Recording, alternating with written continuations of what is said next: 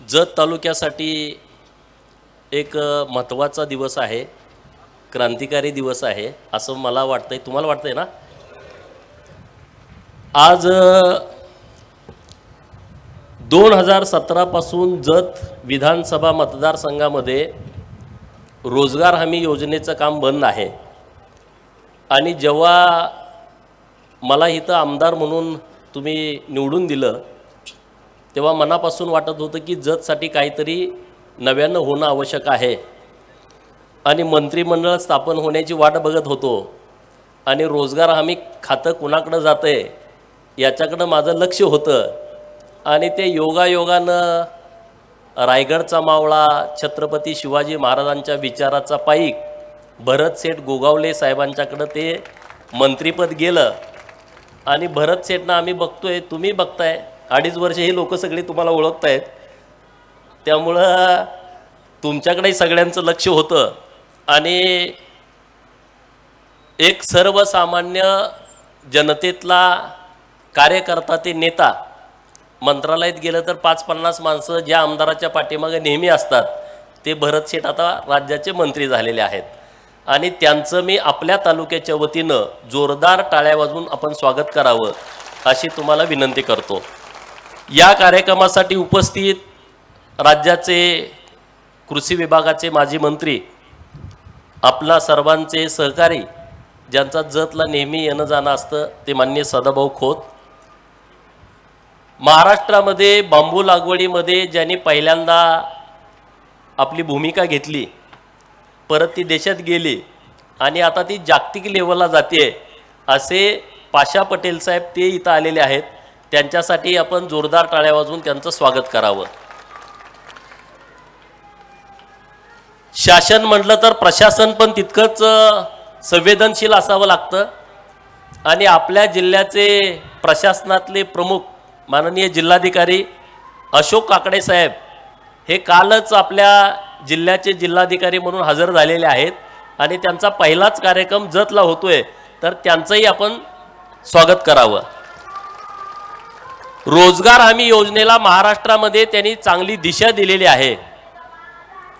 ज्यांच्या नेतृत्वामध्ये रोजगार हमीमध्ये नवीन नवीन बदल होत आहेत असे महासंचालक मिशन मनरेगा माननीय नंदकुमार साहेब हेही आलेले आहेत. त्यांचंही आपण स्वागत करावं.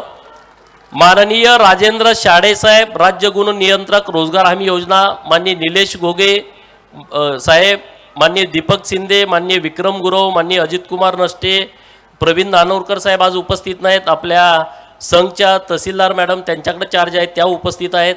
आपल्या गट विकास अधिकारी आपले आनंदा लोकरे साहेब, मुक्तेश्वर माडगुळकर साहेब, आपल्या फॉरेटच्या मॅडम आहेत, कुटे मॅडम आहेत, आपले तुकाराम महाराज आहेत. व्यासपीठावरती अनेक सर्व मान्यवर आहेत.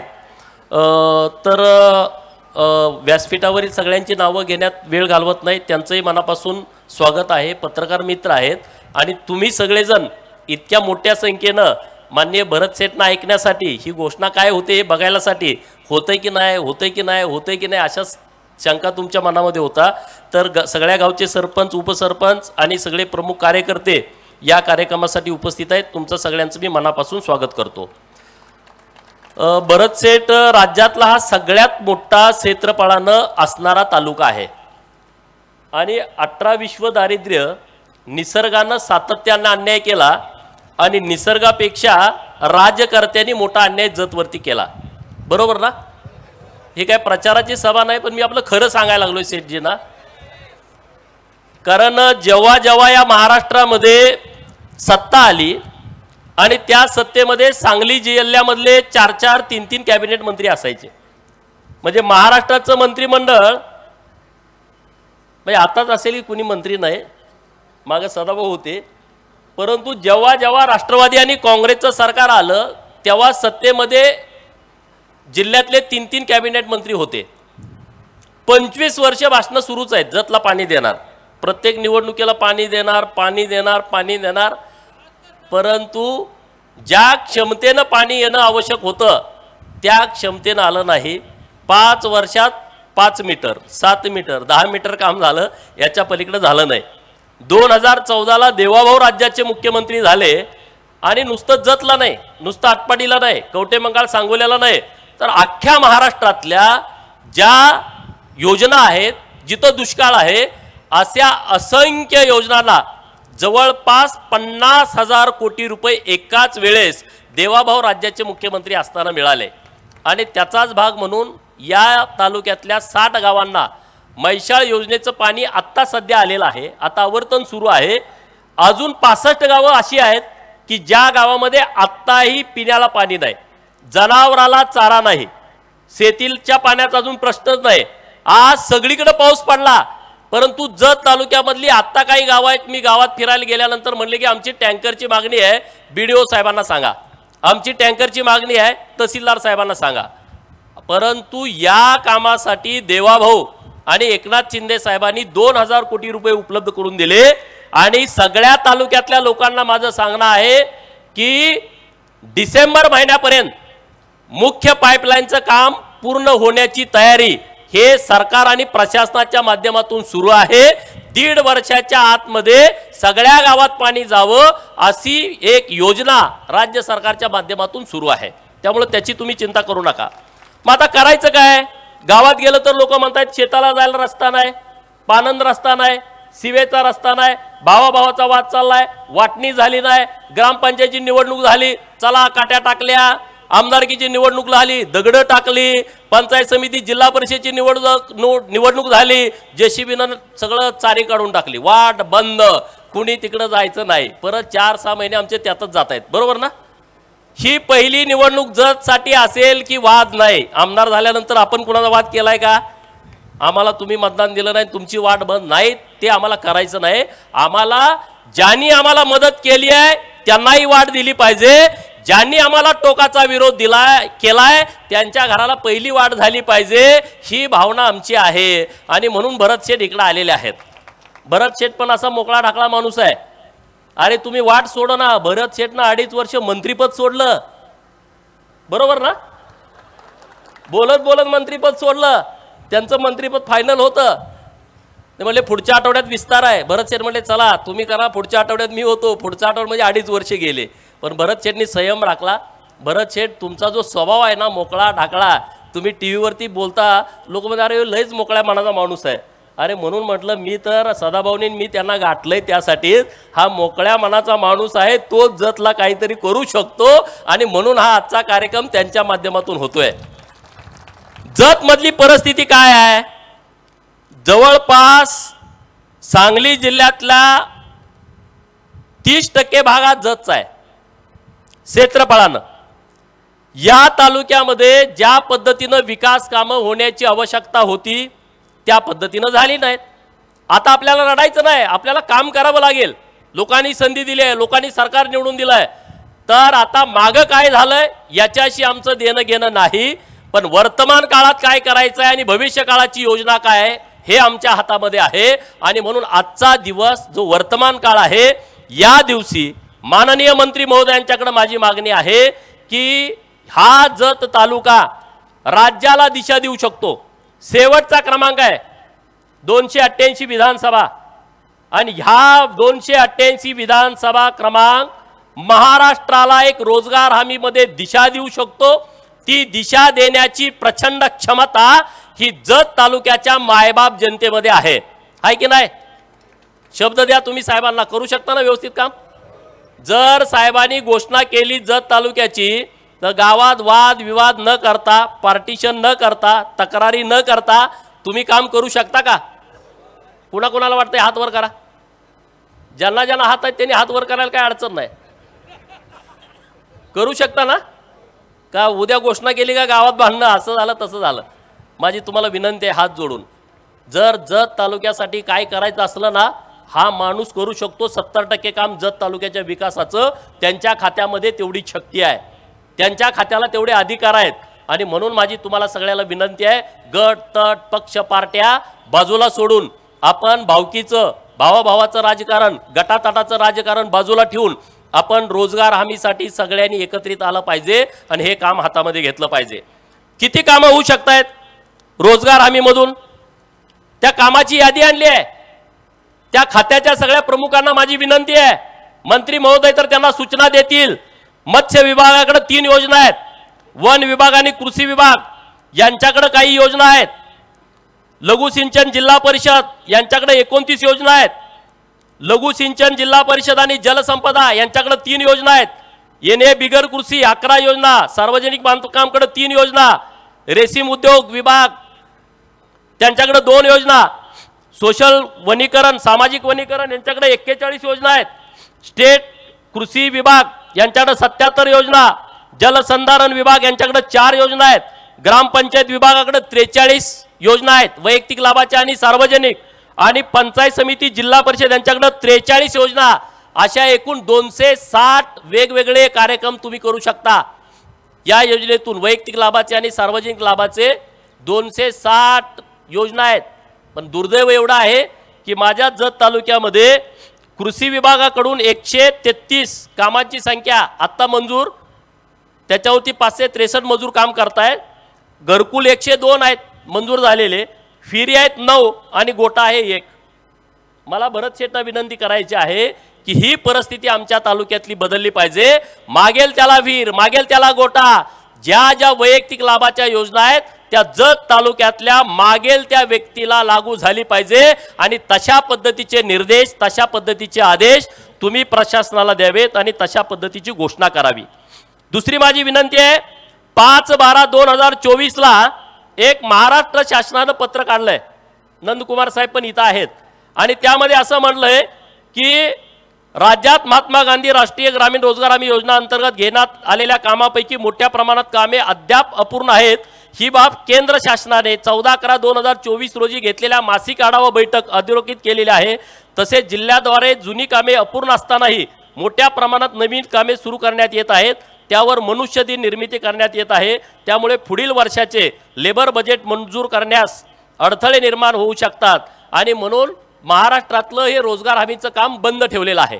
माझी विनंती आहे की हे जे पत्र निघालेलं आहे त्यामुळे रोजगार हमीला कामच करता येत नाहीत, तर हा आदेश आपण पहिल्यांदा मागे घ्यावा आणि जतमध्ये कामं सुरू करण्याच्या दृष्टिकोनातून आपण आदेश द्यावेत, अशी एक विनंती मला आपल्या या माध्यमातून मंत्री महोदय साहेबांच्याकडे करायची आहे। तर जत तालुक्यामध्ये आम्ही शब्द देतो जनतेच्या वतीनं की या योजनेमध्ये अत्यंत पारदर्शकता राहील।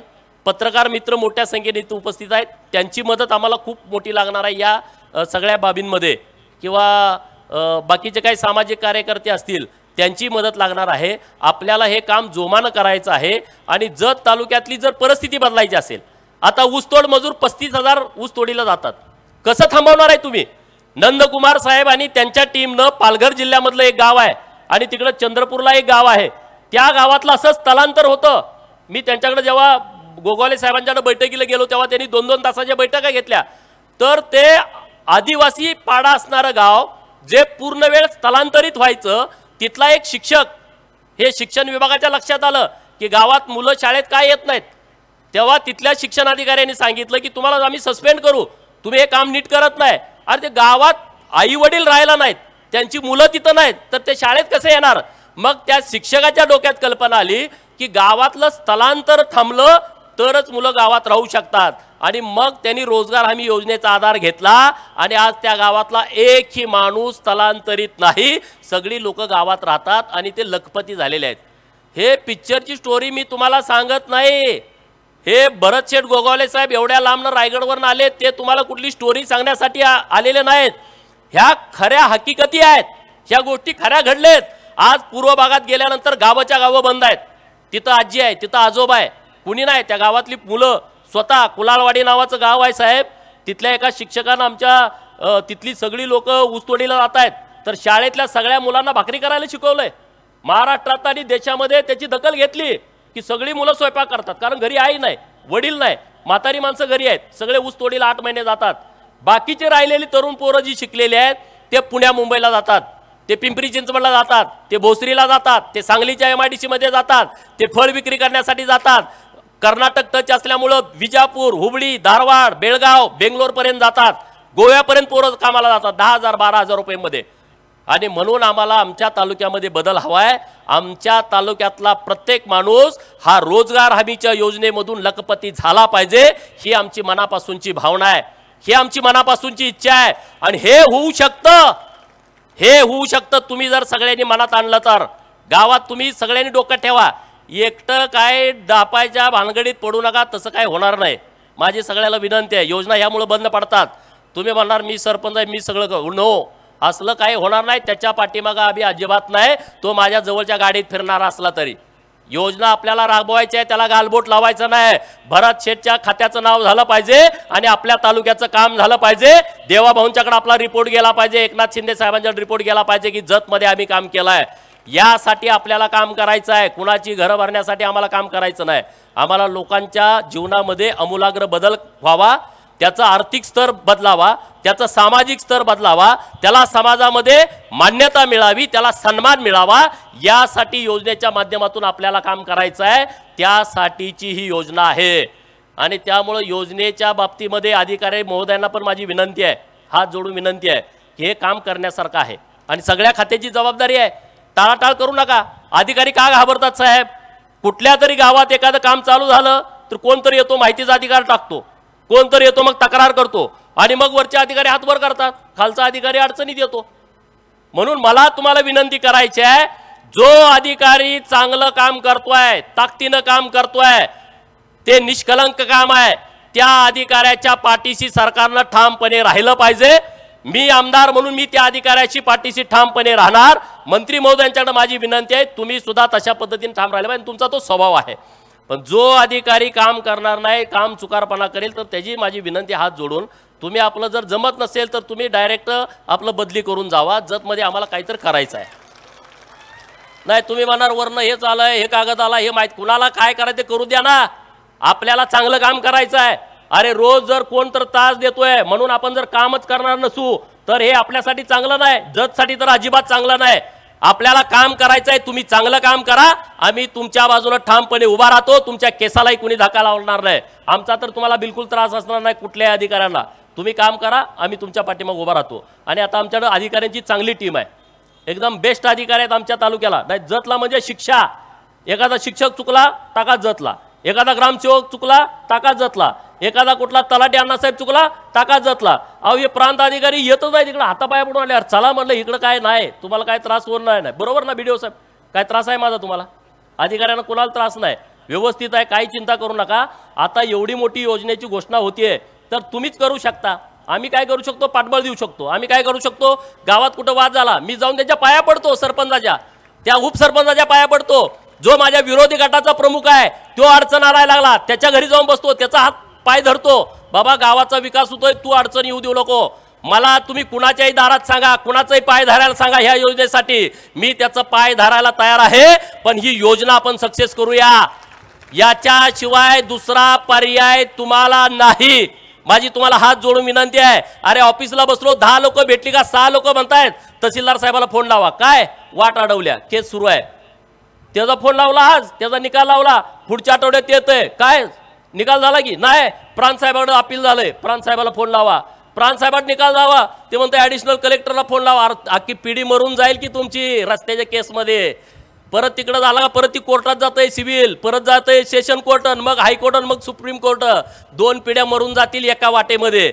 हा एकमेव भरत शेठचा पर्याय आहे, हा रामबाण उपाय आहे, ही चुन्याची गोळी आहे, ऑपरेशन करायला लागत नाही, लगेच रस्ता होतोय। ह्या योजनेचा तुम्ही लाभ घ्या। अरे विहीर काढायला आयुष्य जातं माणसाचं, ज्यांनी विहीर काढायला कर्ज घेतलं ना त्याला 2 एकर जमीन विकायला लागली आहे। अरे रोजगार हमी योजना एक अशी आहे, 3 लाखाचं 4 केलं, 4चं 5 केलं, 5 लाख रुपये तुम्हाला विहिरीला आहे आणि दुर्दैव एकच विहीर मंजूर आहे। कुणाकुणाला इथं विहीर पाहिजे बघा साहेब। पण आता विहिरीसाठी 5 एकराची अट तुम्ही बाजूला केली आहे, पण पाशाबाई तुमच्या बांबू लागवडीसाठी 5 एकराची अट आहे। आणि माझ्या तालुक्यातली अडचण अशी आहे, 80,000 सभासद आहेत खातेदार आणि 2,85,000 हेक्टर क्षेत्र आहे, सगळे 3-4 हेक्टरच्या वरच आहेत, 5 एकरच्या आतला गडीत जत तालुक्यामध्ये नाही। तुमची योजना लागू कशी होणार? बरोबर ना? 15 एकर, 20 एकर, 25 एकर, म्हणून पाशाबाई तुमचा केंद्राचा विषय आहे, पण जत तालुक्यासाठी शिथिलता ठेवा आणि 5 एकराची अट बांबू लागवडीसाठी तुम्ही खुली करून टाका, नाहीतर बांबू लागणार नाही इथं.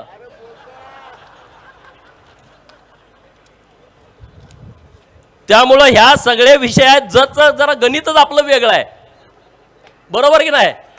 आता 5 एकराची अट रोजगार हमीची ती अट रद्द केली. दुसरी एक अट रद्द केली, 500 मीटरची अट होती, ती पण रद्द झालेली आहे. त्यामुळे खूप चांगल्या पद्धतीचा आपल्याला या योजनेच्या माध्यमातून निश्चितपणे बदल होईल. जतमध्ये मोठ्या प्रमाणात बदल होऊ शकतो. नंदकुमार साहेबांच्याकडे आम्ही बसलो. भरत शेठ साहेबांनी त्यांना जेव्हा सांगितलं, नंदकुमार साहेब, त्यांची टीम, राजेंद्र शाडे साहेब, गुगे साहेब, तर त्यांनी खूप चांगल्या पद्धतीने ह्या योजनेचं व्यवस्थितपणे मला पण माहिती दिली. आज आपल्याकडे 57,000 जॉब कार्ड आहेत. किती? 57,000 जॉब कार्ड आहेत. आणि त्यांचं म्हणणं की 50,000 वर्षाला आम्ही खर्च करू शकतो एका जॉब कार्डवरती. आणि ते आता भाषणात काय बोलले मला माहीत नाही, पण ते म्हणले जर जत तालुक्यासाठी आम्ही त्याची आता 70,000पर्यंत नेऊ शकतो. म्हणजे जर एका जॉब कार्डला 70,000 रुपये खर्च झाले जतमध्ये, तर वर्षाला 350 ते 400 कोटी रुपयाचा निधी जतला येऊ शकतो. सांगा कशातनं पैसे येणार आहे तुमच्याकडं? नाहीत येणार. सरपंचांनो, तुमच्या ज्या कारकीर्द आहे ना 5 वर्षाची, ती अख्खी बदलून जाईल. तुमचा नातूसुद्धा सांगेल, माझ्या आजोबांना या वस्तीला जाणार रस्ता केला, तुम्ही किती भांडत होता. हेच आहे ना, पदं येतात पदं जातात, काय राहत नाही, वेळ थांबत नाही कुणासाठी. 5 वर्ष निघून गेलेली पण कळत नाहीत. तुम्ही जर लोकांच्यासाठी काम केलं ना, मोठ्या प्रमाणामध्ये बदल होऊ शकतो. नगरपंचायत हद्दीमध्ये कामं सुद्धा सुरू झाली पाहिजेत. तिथं सुद्धा क्षेत्र खूप आहे. आता माझं जत नगरपंचायत आहे, पण शेती खूप आहे जतमध्ये, पण नगर विकासकडे गेल्यामुळं रोजगार हमीचं काम बंद आहे. त्याच्याबद्दलच्या पण काही सूचना ह्या आपण अधिकृतपणे द्याव्यात, अशी मी विनंती माननीय मंत्री महोदयांना आणि नंदकुमार साहेबांना करतो. तुम्ही वेळात वेळ काढून आजच्या कार्यक्रमाला आला आणि जतसाठी तुम्ही एक खूप चांगला सकारात्मक विचार केला, त्याबद्दल मी सेठजींचं, माननीय एकनाथ शिंदे साहेबांचं आणि देवेंद्र फडणवीस साहेबांचं जत तालुक्यातील मायबाप जनतेच्या वतीनं मनापासून आभार व्यक्त करतो. नाहीतर कुणी विचारच करत नाही हो, जवळ पण कुणी घेत नाही. आणि भरत शेठनी इतक्या तात्काळ निर्णय घेतला या बाबतीमध्ये, आणि त्यांचा इकडं आपल्या जिल्ह्यातला पहिलाच दौरा आहे आणि तो पण आपल्या जतला होतोय. आणि त्यामुळे निश्चितपणे चांगलं या दौऱ्याच्या माध्यमातून निघेल अशी मला आशा आहे. कलेक्टर साहेबांचा पण आज पहिलाच दौरा आहे, पहिलाच कार्यक्रम आहे आणि कलेक्टर साहेबांच्या हातामध्ये पण फार मोठ्या गोष्टी आहेत. जिल्हा परिषदच्या CO मॅडम असतील, आपल्या रोजगार हमीचे शिंदे साहेब असतील किंवा अन्य अधिकारी असतील, त्या सगळ्यांच्या हातामध्ये सकारात्मकपणे ही योजना पुढे नेण्याची शक्ती आहे, अधिकार आहेत. ते सगळे अधिकार त्यांनी वापरावेत. आम्ही पत्रकार मित्र, आम्ही माहिती अधिकारवाले पण सगळे आमच्या सोबत आहेत, काही चिंता करू नका. त्यांनाही माझी विनंती आहे, सगळ्यांना त्यांनाही भेटतो. आपल्याला काम करण्याच्या हेतूनं जे काही करावं लागेल ते सगळी करण्याची माझी तयारी आहे. लोकप्रतिनिधी म्हणून माझी ती जबाबदारी आहे, माझं कर्तव्य आहे आणि माझं ते काम आहे. मी कुणावरती उपकार करतोय अशातला भाग नाही की जतमध्ये इतकं काम करण्याची क्षमता आहे, कुणी केलं नाही ते काम आपण येत्या काळामध्ये करूया. एवढंच या निमित्तानं बोलतो आणि थांबतो. जय हिंद, जय महाराष्ट्र.